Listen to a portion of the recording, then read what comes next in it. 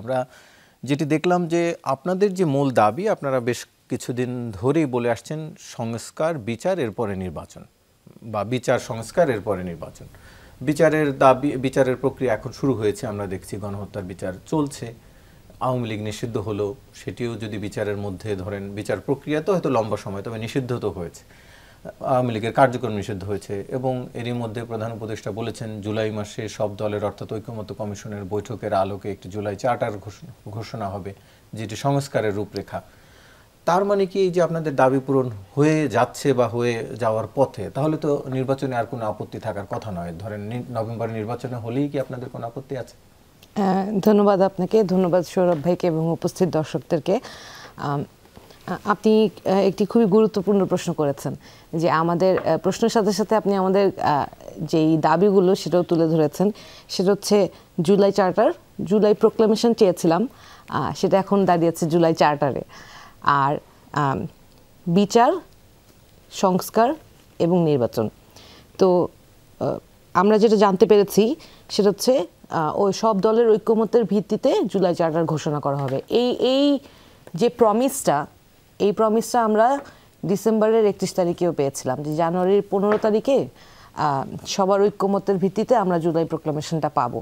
সেটা আজ পর্যন্ত আলোর মুখ দেখেনি। তারপর যখন আমরা আন্দোলন করলাম দুটো দাবিতে, একটা হচ্ছে আওয়ামী লীগের নিষিদ্ধকরণ এবং জুলাই প্রোক্লামেশন, দুইটা দাবি আমাদের এমনভাবে মেনে নেওয়া হয়েছে এইভাবে যে আওয়ামী লীগের কার্যক্রম নিষিদ্ধ ঘোষণা করা হয়েছে এবং তাদের বিরুদ্ধে বিচারিক প্রক্রিয়া ত্বরান্বিত করার ব্যাপারে একটা ভালো ভূমিকা নেওয়ার ব্যাপারে সরকার উদ্যোগ নেবে এবং সংশ্লিষ্ট যেই বিচার বিভাগ এবং যারা আইন শৃঙ্খলা বাহিনী আছে তারাও সেইভাবে সহযোগিতামূলক কাজ করবে বলে আমাদের আশ্বাস দেওয়া হয়েছে। পাশাপাশি এটাও বলা হয়েছিল যে 30 কার্যদিবসের মধ্যে জুলাই প্রোক্লেমেশনটা আমরা দেখতে পাবো। 30 কার্যদিবস কিন্তু প্রায় শেষ, এখনও কিন্তু জুলাই প্রোক্লেমেশনের কোনো আসলে একটা বাস্তব রূপরেখা আমরা এখনো জানতে পারি নাই যে কবে কোন দিন ঘোষিত হচ্ছে।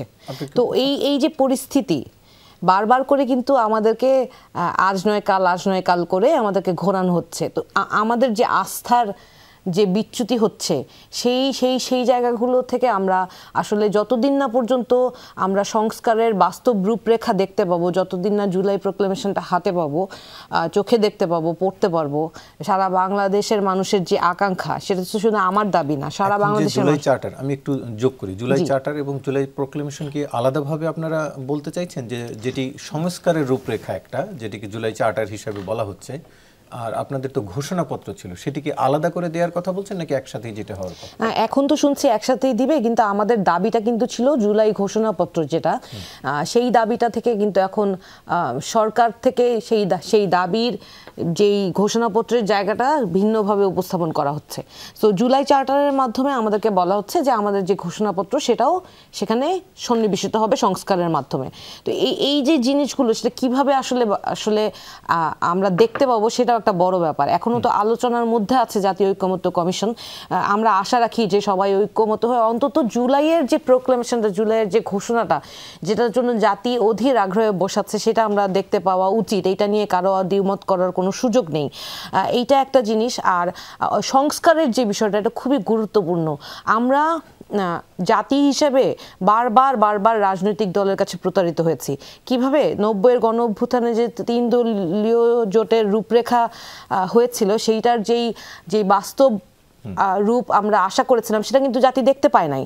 তো বিভিন্ন সময়ে এই পর্যন্ত বাংলাদেশের ইতিহাসে আমরা কিন্তু রাজনৈতিক দলের হাত ধরে যে সংস্কার হবে বলে যেই প্রতিজ্ঞা বাঙালির কাছে করা হয়, যেই বাংলাদেশের মানুষের কাছে করা, সেই প্রতিজ্ঞা কিন্তু ধরে রাখার প্রমাণ আমরা দেখি না। সেই জন্য আমরা কোনোভাবে এটা মানতে রাজি না যে আগে নির্বাচন তারপর সংস্কার। আমরা বাংলাদেশি প্রত্যেকটা মানুষের একটাই দাবি যে বাংলাদেশে যাতে আর কোনো স্বৈরশাসক না তৈরি হয়, আর কোনো ব্যক্তি, কোনো রাষ্ট্রীয় কোনো রাজনৈতিক দল যাতে কোনোভাবেই স্বৈরশাসক হিসেবে গড়ে উঠতে না পারে। সেটা যদি আমি যেই রাজনৈতিক দলকে প্রতিনিধিত্ব করি, সেই রাজনৈতিক দল যদি কোনোদিন ক্ষমতায় যায়, তারাও যাতে সেটা না করতে পারে, সেইটার জন্য এই সংস্কারটা প্রয়োজন। এবং এটা খুবই গুরুত্বপূর্ণ। এইটা নিয়ে কেন দ্বিমত পোষণ হচ্ছে সেইটা আসলে খুবই খুবই একটা চিন্তার বিষয়। কারণ আপনি যদি বাংলাদেশের রাজনৈতিক পরিবেশে এই যেই কালচারটা, যেই কালচারের মধ্যে আপনি এই পরিস্থিতিটা, স্বৈরশাসনের পরিস্থিতিটা যেই কাঠামোটা রেখে দেন, তাহলে আসলে কোনোদিনই আপনি প্রতি 5 বছর না, প্রতি 3 বছরেও যদি ইলেকশন করেন কোনো লাভ নাই। জানতে চাইব